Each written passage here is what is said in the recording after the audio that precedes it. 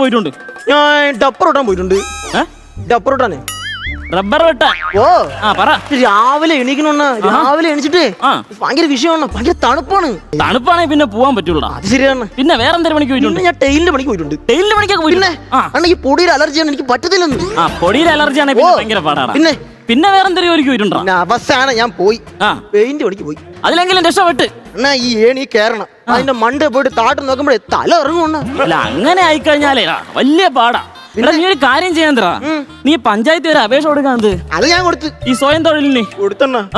ഞാൻ പറഞ്ഞു ഞാൻ പാവപ്പെട്ടനാണ്, എനിക്കൊരു ലോട്ടറി കച്ചവടം നടത്തണം, നല്ല കാര്യം, ഒരു വണ്ടിയൊക്കെ വേണമെന്ന് പറഞ്ഞു. എന്നിട്ട് വണ്ടിക്ക് അപേക്ഷ എഴുതി കൊടുത്ത് കിട്ടിയാ?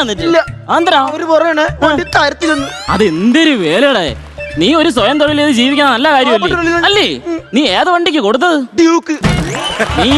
നീ പോ, എനിക്കൊരു ഇന്റർവ്യൂവിന് പോകാൻ നിൽക്കുന്നുണ്ട്. ഞാൻ ഇപ്പൊ ഒന്നും പറയുന്നില്ല, എനിക്ക് ബസ് വരാൻ സമയമായി.